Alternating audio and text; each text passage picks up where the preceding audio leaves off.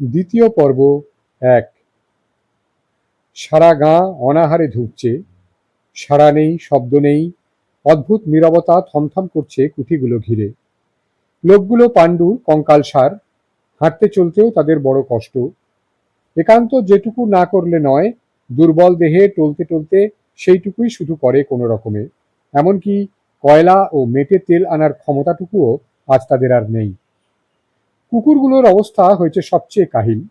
মানুষের খাদ্যাভাব ঘটেছে সত্যি, তবু তাদের গুলজানের গুঁড়ো আছে, কিন্তু কুকুরগুলোর তাও নেই। একমাত্র বাবুই শুধু ব্যতিক্রম। শিকারী কুকুর হিসেবে তার জুড়ি নেই, যেন তেন প্রকারে খাবার সে জুটিয়ে নেয়। এমনি করে দিন গড়িয়ে চলে, গড়িয়ে গড়িয়ে কাটতে থাকে লম্বা শীতকাল। তারপর ধীরে ধীরে এক সময় শীত বিদায়ের আভাস জাগে, বসন্তের আগমনী সারা জাগে দিকে দিকে। যত দিন যায় ততই তা স্পষ্ট হতে থাকে। পাহাড়ের মাথায় মাথায় তুষার গলতে শুরু করে, বাতাসে ধুলোবালি ওড়ে, তুষারের ওপর হলদে বালুকণা জমে, রোদের তাপে তা গরম হয়, আর আনন্দে কলরবে মুখরিত হয়ে ওঠে সারা গাঁ।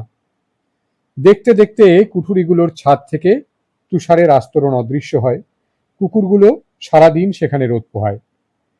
জুরা ও কুচাক পাহাড়ে পর্বতে ফাঁদ পেতে পাহাড়ি তিতির ধরে, গায়ে মাংস আসতে শুরু করেছে। জীবনযাত্রা তাই এখন অনেকটা সহজ সচ্ছল। এক একদিন সকালে তিরিক্ষি মেজাজে সর্দার কুঠুরি থেকে বেরিয়ে আসে। মাথা নিচু করে, গলা বাড়িয়ে, আধবোজা চোখে সতৃষ্ণ নয়নে তাকায় নিচের গিরিখাতের দিকে। সেখানে এক উষ্ণ প্রস্রবণ থেকে সব সময় ধোঁয়া উঠছে। বুড়ো জুরাকে জিজ্ঞেস করে, হ্যাঁ রে, বলতে পারিস ওখানকার অবস্থা কি? কাছের পর্বত ঢালে তখনও কঠিন তুষার পুরু হয়ে জমে আছে। সেদিকে দেখিয়ে জুরা বলে, পথ এখনো সাফ হয়নি, হিমানী সম্প্রপাত গলেনি এখনো। গ্রীষ্মে হিমানী সম্প্রপাত গলার পর গিরিখাতগুলো দেখা দেয়।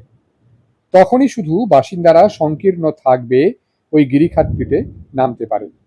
হেমন্ত পর্যন্ত পথটা চালু থাকে, তারপর পিচ্ছিল বরফে ঢেকে যায় আবার। তখন ও পথে নামে কার সাধ্য? সারা শীতকাল নিচের উপত্যকায় যাওয়ার পথ বন্ধ। একদিন রাত্রে হঠাৎ ভয়ঙ্কর বজ্র নির্ঘোষে সারা গাঁ জেগে উঠল। সর্দারের কুঠুরিতে গিয়ে জুরা বললে, হিমানী সম্প্রপাত সাফ হয়ে গেল, পথ এখন খোলা। সর্দার নীরবে মাথা নাড়ে। পরদিন সকালে জুরা ও কুচাক সর্দারের পিছু পিছু রওনা হয় নিচে উপত্যকার দিকে। গিরিখাতের ধার বেয়ে তারা নিচে নেমে এলো। কিছু দূরে এক পার্বত্য নদী, তার পাড় ধরে চলে তারা শেষে উষ্ণ প্রস্রবণটির ধারে গিয়ে পৌঁছল।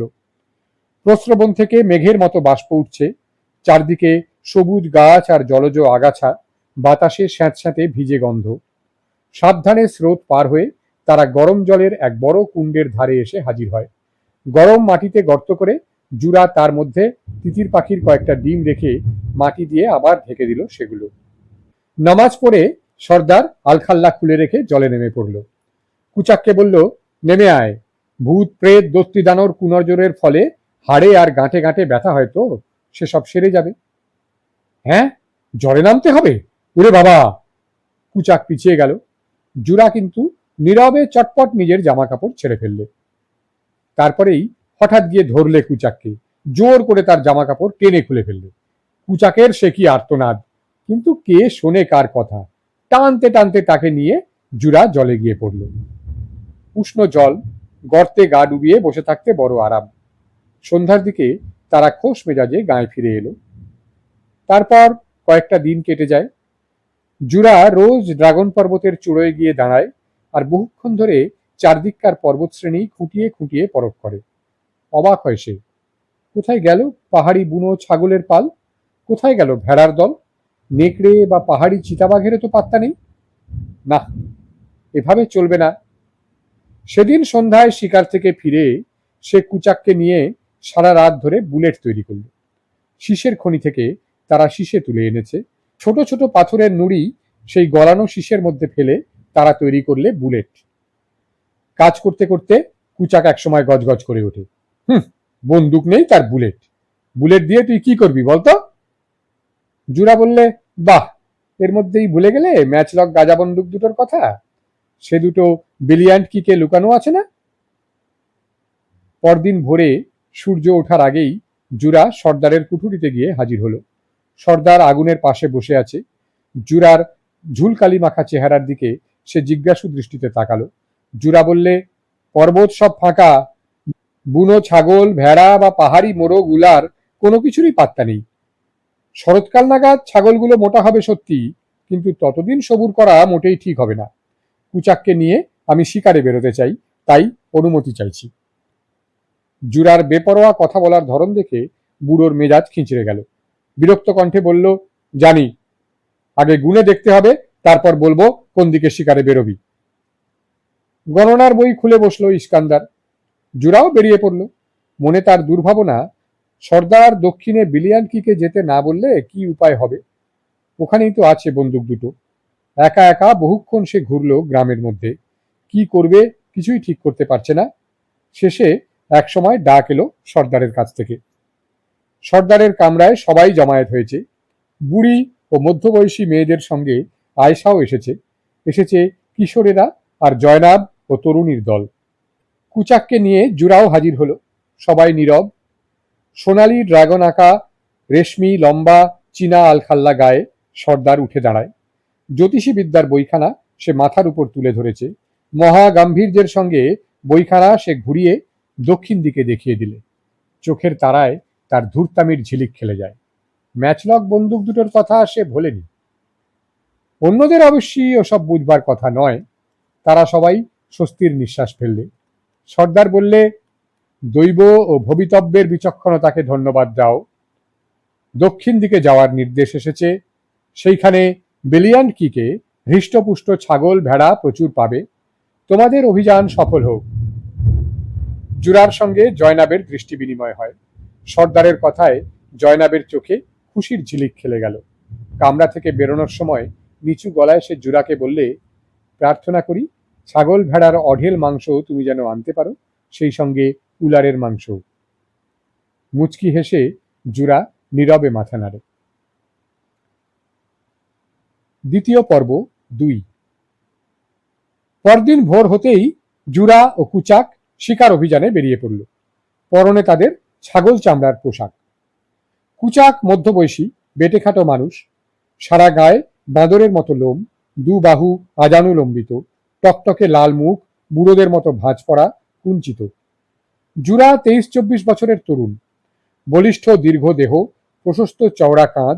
সে নিয়েছে বুলেট ও বারুদে ভর্তি চিতাবাগের মাথা আঁকা বন্দুকের বাক্স।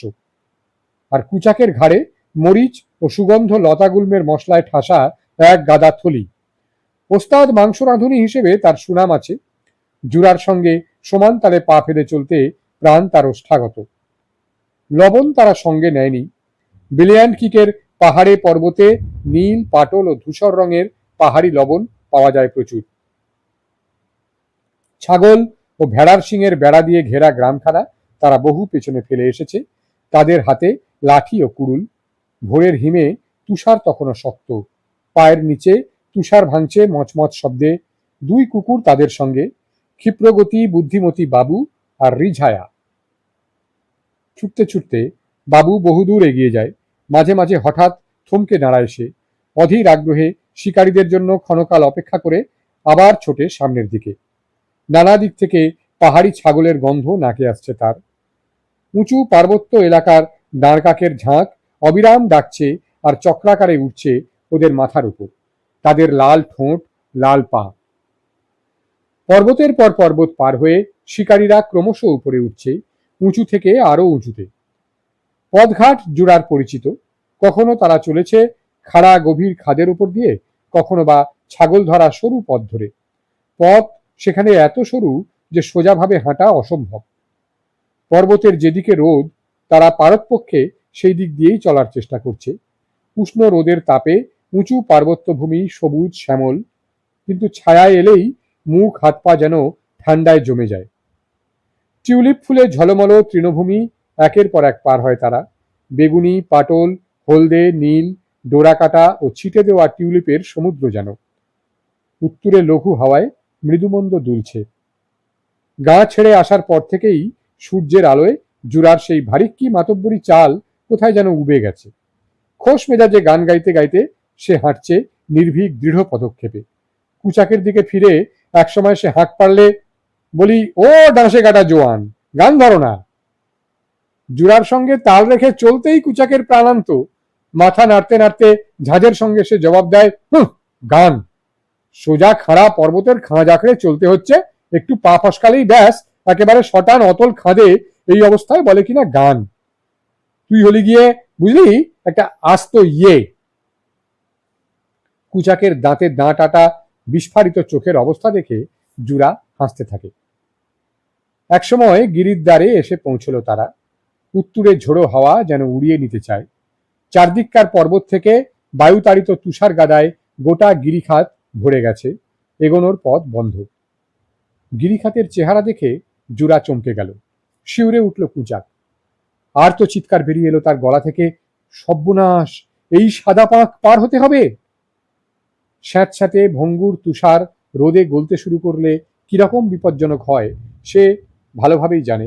পা দিয়েছ কি নিচে তলিয়ে যাবে, আর সঙ্গে সঙ্গে দফা রফা। তারপর আর কি, ছাগলের মাংস, ভেড়ার মেটুলি, চর্বির স্বাদ তোমার মিটে গেল চিরদিনের মতো। সে কাঁই কাঁই করতে থাকে, আমরা বড্ড আগে এসে গেছি বুঝলি, ভেড়াগুলো এখনো ঠিক মতন চর্বি লাগেনি। শরৎকালে পথঘাট কত ভালো থাকে, ভেড়ার গায়ে তেমনি পুরু হয়ে চর্বিও জমে প্রচুর। জুরা জবাব দেয় না, দাঁড়িয়ে দাঁড়িয়ে ভাবে। তারপর একসময় বাবুকে সে হুকুম করলো এগিয়ে যেতে। ধীরে ধীরে বাবু এগিয়ে যায়। ধীরে সুস্থে সামনের দুই থাবা সে রাখলে তুষারের ওপর। সঙ্গে সঙ্গে পা বসে গেল। চকিতে লাফ মেরে বাবু পিছু হটে এলো। জুরা তেড়ে উঠল, এগিয়ে যা, যা বলছি। কিন্তু বাবু এবার শুয়ে পড়ল, এমন ভাবে অন্যদিকে মুখ ফিরিয়ে রইল যেন জুরার কথা শুনতেই পাচ্ছে না। জুরা আবার পরখ করে তুষারের গাদা। শেষে বললে, না, এ পথে এখন এগোনো যাবে না, কাল ভোর পর্যন্ত দেরি করতে হবে। তুষার তখন জমে গিয়ে শক্ত হয়ে থাকবে। গ্রীষ্মকালীন পশুচারণ ভূমির পাশে সামনের দিকে ঝুঁকে পড়া এক পাহাড়ের তলায় গুহার মতো ফাটল, সেইখানেই তারা রাত কাটানোর ব্যবস্থা করে। গত হেমন্তে সেখানে বিচিলি ও ঘুঁটের জ্বালানি গাদা করে রেখে যাওয়া হয়েছিল। কুচাক কেটলিতে খানিকটা তুষার গলিয়ে জল ফুটিয়ে নেয়, পাতলা লপসি তৈরি করে তা থেকে। তারপর গরম লপসি তারা গিলতে থাকে ঢকঢক করে। গা দিয়ে তাদের ঘাম ছোটে। এক কাপ লপসি জুরা তুলে নেয় বাবুকে দেবার জন্য। কাপটা দেবার জন্য বাবুর দিকে সে হাত বাড়াতেই কুচাক হাঁ হাঁ করে উঠল। জুরার হাত থেকে ছোঁ মেরে ছিনিয়ে নিলে কাপটা। খেঁকিয়ে উঠল সে, তোর কি আক্কেল শুনি, মাথা খারাপ হয়েছে নাকি? কুকুর হলো গিয়ে নোংরা ইতর জানোয়ার। মুসলমান যে কাপে খায় তুই কিনা সেই কাপে কালো নোংরা নাক ঢুকিয়ে তাকে খেতে বলছিস? বিড়বিড় করতে করতে সে কুকুর দুটোকে খাওয়ানোর জন্য পাথরের মধ্যে গর্ত খুঁজে বের করে। খানিকটা লপসি সে ঢেলে দেয় তার মধ্যে, বাকিটুকু তার নিজেরই উদরস্থ করার ইচ্ছে। জুরা তেড়ে উঠল, ভালো হবে না বলছি, অত লোভ ভালো নয়। দীর্ঘশ্বাস ফেলে কুচাক বাকিটুকু সঙ্গে সঙ্গে গর্তে ফেলে দিলে। কুচাককে ঠেলে সরিয়ে রিঝায়া ছুটে গেল লপসির দিকে। তারপর যেমন মনিব তেমনি কুকুর, জিভ পুড়িয়ে কেউ কেউ করতে করতে হাবাতের মতো সে গিলতে শুরু করলো সেই ফুটন্ত লপসি। বাবুরও খিদে পেয়েছে সত্যি, কিন্তু লপসি ঠান্ডা না হওয়া পর্যন্ত সে বসে রইল। তারপর ধীরে সুস্থে খাওয়া শেষ করলে। দ্বিতীয় পর্ব ৩। পরদিন ভোরে সূর্য ওঠার আগেই তারা গিরিখাতের ধারে এসে দাঁড়ায়। গিরিখাত ভরা তুষার ঠান্ডায় জমাট বেঁধে আছে। জুরা পার হবার তোড়জোড় করে, কুচাককেও বলে তৈরি হতে। কুচাক প্রথমে চেঁচামেচি হম্বিতম্বি করলে, কিন্তু যখন দেখলে যে জুরা রওনা হচ্ছে তখন কপাল চাপড়ে তাকেও অনুসরণ করতে হয়। জমাট তুষারের ওপর উপুর হয়ে শুয়ে হামাগুড়ি দিয়ে হাত টেনে টেনে তারা সন্তর্পণে এগোতে থাকে। মনে হয় যেন সাঁতার কেটে চলেছে। সময় সময় দেহের ভারে তুষারের স্তর হঠাৎ মচ করে বসে যায়। নিদারুণ ভয়ে মানুষ ও কুকুর উভয়ই দম আটকে নিশ্চলের মতো পড়ে থাকে। এমনি করে তারা একসময় গিরিখাত পার হলো। তারপর আবার রওনা হলো গন্তব্যস্থলের দিকে। দিনের পর দিন তারা পর্বতের পর পর্বত, নদ নদী ও হিমবাহ পার হয়ে চলেছে। পর্বতের ঢালে পাহাড়ি বুনো ছাগল ও ভেড়ার পাল নজরে পড়ে। শিকারীদের দেখেই তারা পর্বতের মধ্যে অদৃশ্য হয়, আর জুরা অসহায়ের মতো নিজের হাত কামড়ায় ও সাপ সাপান্ত করতে থাকে সেই লোক দুটোকে, মুসা ও ইভাস্কোকে, যারা তার বন্দুকটা কেড়ে নিয়ে গেছে। পথ শেষ হয়ে আসছে, তারা শেষ গিরিদ্বারে এসে পৌঁছল। লবণাক্ত টুৎসু নদীগুলোর জল বিভাজিকা পর্বতের ভেতর দিয়ে গেছে এই পথ। বিরাট বিরাট জলপ্রপাত বহু উঁচু থেকে বিপুল গর্জনে নিচে নানা দিকে ঝাঁপিয়ে পড়ছে। জুরা লাল রঙের খাড়া উঁচু পর্বতগুলোর দিকে ফিরল। ওইদিকেই পর্বতগুলোর ওপারে সেই সোকসাই নদী এক গিরিসংকটের ভিতর দিয়ে ভীম বিক্রমে বেরিয়ে আসছে। সামনে সুবিশাল পর্বতের দেওয়ালে অনেক ফাটল, কোনো কোনো ফাটল আকারে বড়, তাদের ভেতর দিয়ে একজন লোক কোনো রকমে গলে যেতে পারে।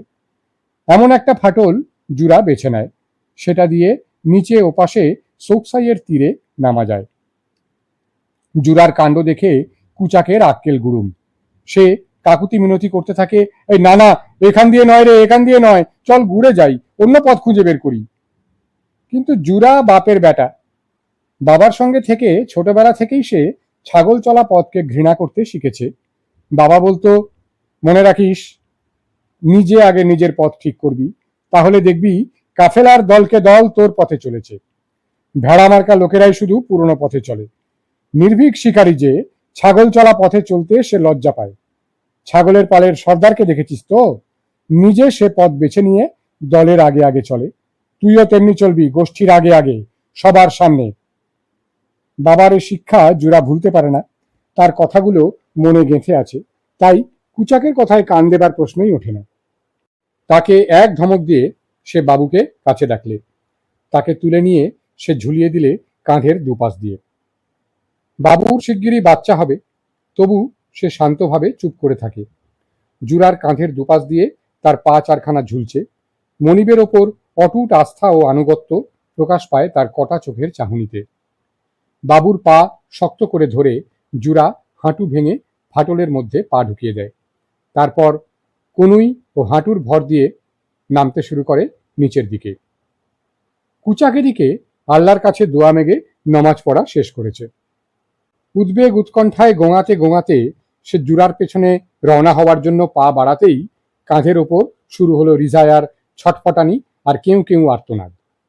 কাজেই ফাটলে নামার আগে রিজায়াকে দড়ি দিয়ে পিঠের সঙ্গে বেঁধে নিতে হলো। দারুণ আতঙ্কে ও উৎকণ্ঠায় কুচাকের হাত পা থরথর করে কাঁপছে। সে গোঙায় আর মনে মনে মাথা কোটে ইষ্ট দেবতার পায়। জুরার নিকুচি করেছে, সে মনে মনে ভাবে। হতভাগা নচ্ছার কোথাকার, ওর জিদ আর হামবড়ামির জন্য আজ নির্ঘাত মরতে হবে। জুরা নদীর দিকে মুখ করে নামছে, কিন্তু কুচাকের ঠিক উল্টো, সে নামছে দেওয়ালের দিকে মুখ করে। আতঙ্কে তার চোখ কুঁচকে গেছে। নামা প্রায় শেষ, এমন সময় যে পাথরখানা ধরে সে নামছিল সেটা হঠাৎ খসে এলো। কুচাক আর্তনাদ করে উঠল, গেলাম গেলাম, ধর ধর। জুরা ইতিমধ্যে নদীর উঁচু পাড়ে এসে দাঁড়িয়েছে। কুচাককে ধরতে হলো না, পড়াটা সে নিজেই সামলে নিয়েছে। যখন সে চোখ মেললে দেখল আরেক ধাপ নামলেই পাড়ে গিয়ে পৌঁছবে। সোকসাইয়ের কূলে এসে দাঁড়ালো দুজনে। পূবে বহু বহু দূরে মেঘমৌলি পর্বত থেকে সোকসাই উঠেছে। পাহাড় পর্বতের ভিতর দিয়ে তার ফেনিল খরস্রোত সগর্জনে প্রবাহিত। কিছু দূর এসে সে ওপর থেকে ধাপে ধাপে একের পর এক প্রপাতের আকারে নিচে নেমে গেছে। দুদিকের খাড়া উঁচু পর্বতের দেওয়ালে ঘা খেতে খেতে বজ্রগর্জনে ঝাঁপিয়ে পড়েছে নিচের এই গিরি সংকটের মধ্যে। স্রোতের টানে প্রকাণ্ড প্রকাণ্ড পাথরের চাই নদী খাত দিয়ে দুদিকের পর্বতের দেওয়ালে ধাক্কা খেতে খেতে হালকা খেলনা বলের মতো গড়াতে গড়াতে চলেছে। তাদের ধাক্কায় পর্বতের গা থেকে বড় বড় পাথরের খণ্ড ভেঙে পড়ছে অবিরাম। কুচাক তো দূরের কথা, জুরা পর্যন্ত হকচকিয়ে যায়। তার সামনে ফেনিল বিপুল জলরাশির দুরন্ত খরস্রোত অবিরাম গর্জনে বয়ে চলেছে। জলীয় বাষ্পে ও জলকণার ঝাপটায় নদীর ওপরকার বাতাস ভারী। বসন্তকালে নদীর এই দুরন্ত জল ভরা চেহারা সে আগে কখনো দেখেনি। গ্রীষ্মকালের কথা অবশ্য আলাদা, তখন হিমবাহ গলতে শুরু করে। সোকসাই তার সুপ্রশস্ত বিরাট গোটা খাতটায় ছড়িয়ে দেয় নিজেকে। হতভম্বের মতো জুরা দাঁড়িয়ে থাকে। আতঙ্কে কুচাকের মুখে শব্দ নেই। হঠাৎ জুরার নজর পড়ে তুষারের বড় বড় চাংড়ার উপর। স্রোতে পাক খেতে খেতে চাংড়াগুলো ভেসে চলেছে। জুরা এবার হেসে ফেললে। এতক্ষণে সে বুঝতে পারে ব্যাপারটা। বললে, দেখছো পলকে পলকে জলের পরিমাণ কিভাবে একটু একটু করে কমছে, দেখতে পাচ্ছ? উজানে নদীর খাত কোথাও হিমানী সম্প্রপাতে নিশ্চিত বন্ধ হয়ে গেছিল, স্রোতও তাই আটকা পড়েছিল। এখন সেই বিপুল তুষার ধস ভেঙে স্রোত বেরিয়ে এসেছে। ঘণ্টাখানেক পরে জল কিছুটা কমলো সত্যি, কিন্তু নদী তখনও বিক্ষুব্ধ ফেনিল, হিমের মতো ঠান্ডা। দড়ির এক লম্বা ল্যাসো বা ফাঁস জুরা এবার খুলে ফেললে। মাথার ওপর বার কয়েক পাক মেরে সেটা সে ছুঁড়ে দিলে নদীর ওপর দিয়ে। ওপারের বড় এক পাথরের চাংড়ায় ফাঁসটা আটকে গেল। জুরা ও কুচাক এরপর গায়ের কোট খুলে ফেললে। মালপত্র যা সঙ্গে ছিল সব ভালো করে জড়িয়ে বেঁধে নিলে কাঁধের সঙ্গে। দূরে সোকসাইয়ের উজানে ভয়াবহ তুষার ধসের গর্জন শোনা যায়। অবশিষ্ট তুষারের বিশাল চাংড়াগুলো কখনো স্রোতের মুখ আটকে দিচ্ছে, কখনো বা নিজেরাই গুঁড়িয়ে যাচ্ছে জলের তোড়ে। নদীও তাই বইছে অসমভাবে। জল কখনো ফুলে ফেপে দুকুল ভাসিয়ে দিচ্ছে, কখনো বা নিচে নেমে যাচ্ছে। স্রোতে সাময়িক ভাটা পড়তেই জুরা ল্যাসো ধরে ঘূর্ণি বিক্ষুব্ধ জলে নেমে পড়ল। ল্যাসোর শেষ প্রান্ত সে আগেই বাবুর বুক ও কাঁধ জড়িয়ে বেঁধে দিয়েছে। নদীর মাঝখানে এসে সে ল্যাসোয় টান মারলে। জলের ভয় বাবুর কোনোদিনই নেই, তবু আজ ফেনিল দুরন্ত স্রোতের দিকে তাকিয়ে সে ধীর শান্ত কণ্ঠে একবার কোঁকিয়ে উঠল। অল্প কদিনের মধ্যেই তার বাচ্চা হবে, তাই বংশরক্ষার সহজাত সংস্কার বশে সে পিছিয়ে গেল বারেকের জন্য। কিন্তু জুরা দড়িতে জোরে টান মারতেই সন্তর্পণে নেমে এলো নদীতে। সঙ্গে সঙ্গে স্রোতের তোড়ে তার পা ফসকে গেল, ভেসে চলল সে অসহায়ের মতো। জুরার হাতের ল্যাসো ধনুকের ছিলার মতো টান টান হয়ে আছে। বাবু আছাড়ি পিছাড়ি খাচ্ছে ঢেউয়ের মধ্যে, স্রোতে ঘুরপাক খেতে খেতে তলিয়ে যাচ্ছে বারবার। জুরার ভয় হয় হাত থেকে ল্যাসো ছিঁড়ে না যায়, তাহলে সোকসাইয়ের তীব্র স্রোত বাবুকে টেনে নিয়ে ফেলবে প্রচন্ড তরঙ্গ ক্ষুব্ধ গভীর মৎস্য নদীতে। বাবু হারিয়ে যাবে চিরকালের মতো। বাবু হাবুডুবু খাচ্ছে, প্রায় ডুবে যাবার অবস্থা। জলকণার মেঘে জুরা তাকে সময় সময় দেখতেই পাচ্ছে না। তার নিজেরও পা শক্ত রেখে দাঁড়িয়ে থাকা কষ্টকর। শেষ পর্যন্ত জুরা পাড়ে এসে উঠল, দেখল স্রোতের ধাক্কায় বাবু আগেই কূলে এসে পড়েছে। গরম বালির উপর গড়াগড়ি দিয়ে সে গায়ের লোম শুকাচ্ছে আর গা ঝাড়ছে। গা শুকোতেই সে বিশ্রামের জন্য শুয়ে পড়ল। দুর্বলতায় সারা দেহ তার থরথর করে কাঁপছে, পেটের দুই কোক কুঁচকে যাচ্ছে বারবার। জুরা ল্যাসোর প্রান্তে একখণ্ড পাথর বেঁধে আবার তা ওপারে ছুড়ে দিলে কুচাকের দিকে। ওপার থেকে কুচাকের গালমন্দ আর রিঝায়ার কেউ কেউ আর্তনাদ কানে আসছে। জল দেখে রিঝায়া ততস্থ।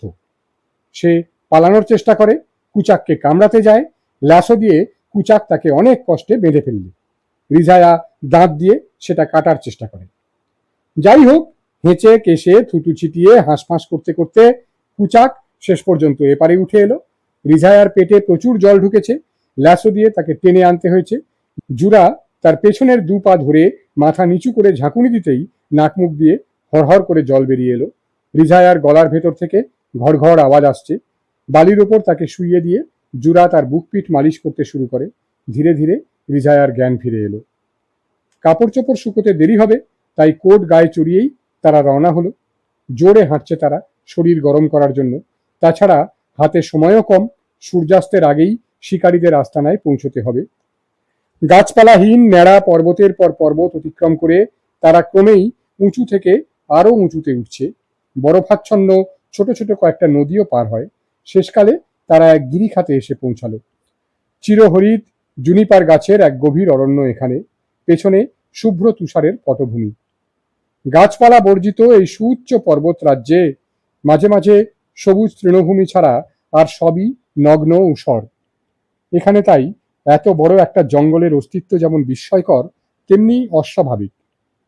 কোথা থেকে কোন বাতাসে এখানে পাইন ও জুনিপার গাছের বীজ ভেসে এলো কেউ জানে না। অরণ্য কিন্তু ক্রমবর্ধমান, দিনে দিনে চারিদিকে তা দেহ বিস্তার করেছে।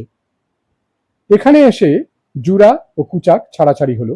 জুরা চলল অরণ্যের সেই অংশে গত বছর যেখানে বড় এক জুনিপার গাছের ফোকরে একজোড়া ম্যাচলক বন্দুক তারা লুকিয়ে রেখে গেছিল। শিকারের জায়গায় অস্ত্রশস্ত্রের কিছু কিছু লুকিয়ে রেখে যাবার এই রীতি শিকারীদের মধ্যে চলে আসছে বংশ পরম্পরায়। কুচাক চলেছে গুহার দিকে লাফিয়ে লাফিয়ে। ধোঁয়ায় কালো প্রকাণ্ড এক গুহা, সেটাই শিকারীদের যুগ যুগান্তের আস্তানা। অতি সাধারণ গুহা, কোনো রকম বৈশিষ্ট্য বর্জিত। যেসব গুহায় ভালুকেরা আস্তানা গাড়ে তাদের থেকে এর কোনো তফাতই নেই বলতে গেলে। চলতে চলতে কুচাক আপন মনে বিড়বিড় করছে, হুম হুম, আজ সেদ্ধ টাটকা কষা মাংস খাওয়াই কিরগিজদের নীতি। আহারে, শিকার যেন তোর প্রচুর জোটে জুড়া। দ্বিতীয় পর্ব 4। জুরা দ্রুত পায়ে এগিয়ে চলেছে। পুরনো পাতা ও ফুলের তীব্র গন্ধ নাকে আসছে। সে বুক ভরে ঘ্রাণ নেয়। একটু আগেও খিদে ও ক্লান্তিতে পা চলছিল না, কিন্তু এখন সে পাথর থেকে পাথরে, তুষারের গাদা থেকে গাদায় লাফিয়ে লাফিয়ে চলেছে। কোনো ক্লান্তি নেই। নাকে মুখে গাছের ডালপালার ঝাপটা লাগছে। সূর্য অস্ত যায়নি বটে, কিন্তু গাছপালার নীলাভ ছায়ার নিচে হিমেল ঠান্ডা, তুষার জমতে শুরু করেছে। বাবু এগিয়ে গেছে। হঠাৎ দূর থেকে তার চিৎকার কানে এলো। থেকে থেকে ডাকছে সে। জুরা দৌড়তে শুরু করে। গাছপালা পাতলা হয়ে আসছে। শেষে জঙ্গলও শেষ হলো। জঙ্গলের গায়েই প্রকাণ্ড মোটা এক জুনিপার গাছ। হঠাৎ দুটো ভাল্লুক বেরিয়ে এলো সেখান থেকে। লাফাতে লাফাতে তারা পর্বত বেয়ে দ্রুত ওপরে উঠে গেল। জুরার নজরে পড়ে তৃতীয় আরেকটা ভাল্লুকের উপর। সোজা হয়ে বসে সে বাবুর হামলা রোধ করছে। বাবু তার উপর ঝাঁপিয়ে পড়ছে বারবার। জুরাকে দেখে ভালুকটা গর্জন করতে করতে ছুটে পালালো। আর সঙ্গে সঙ্গে লাঠির মতো কি একটা জিনিস ছিটকে পড়লো তার থাবা থেকে। অদূরে একখণ্ড পাথরের ওপর গিয়ে সেটা সজোরে পড়তেই তার গা থেকে আগুনের ফুলকি ঠিকরে উঠল। জুরা ছুটে গেল জিনিসটার দিকে। ম্যাচলক বন্দুকের দোমড়ানো নল একটা। নলটা তুলে নিয়ে সে হায় হায় করে উঠল, ধেয়ে গেল জুনিপার গাছটার দিকে। সেখানে গিয়ে তার চক্ষু স্থির। গত বছর জুনিপার গাছটার গায়ে অনেক কষ্টে বড় এক ফোঁকর করে তার মধ্যে সে লুকিয়ে রেখে গেছিল বন্দুক দুটো। আজ তার লোপাট তছনছ হয়ে গেছে। গাছের তলায় ইতস্তত ছড়িয়ে আছে বন্দুক দুটোর দোমড়ানো ভাঙাচোরা অংশ আর শিকারের অন্যান্য সাজ সরঞ্জাম। মাথায় হাত দিয়ে সে বসে পড়ে। বুঝতে পারে ব্যাপারটা। ক্ষুধার্ত বাদামি ভাল্লুকের দল শীতের ঘুম থেকে জেগে উঠে শিকারের সন্ধানে ঘুরতে ঘুরতে এখানে এসে গাছের মধ্যে মানুষের গায়ের গন্ধ পেতেই গর্ত ভেঙে বন্দুক দুটো টেনে বের করেছে। চর্বি মাখা চামড়া দিয়ে জড়ানো ছিল বন্দুক দুটো। ক্ষোভে, দুঃখে, হতাশায় জুরা যেন বোবা হয়ে যায়। ফ্যাল ফ্যাল করে চেয়ে থাকে ভাঙা বন্দুক দুটোর দিকে। এখন উপায়? ভবিষ্যতের কথা মনে হতেই ফার টুপির নিচে তার মাথার চুল পর্যন্ত আতঙ্কে ও দুর্ভাবনায় খাড়া হয়ে উঠল। মাংস জোগাড়ের সব আশাই নির্মূল। বন্দুক নেই, কি দিয়ে সে শিকার করবে? অনাহারের হাত থেকে গায়ের লোকজনদের বাঁচানো তো দূরের কথা, সে নিজে বাঁচবে কি খেয়ে? ভাবতে ভাবতে চোখে তার জল এসে যায়। নিষ্ফল রাগে সে পাগলের মতো ছুটোছুটি শুরু করলে।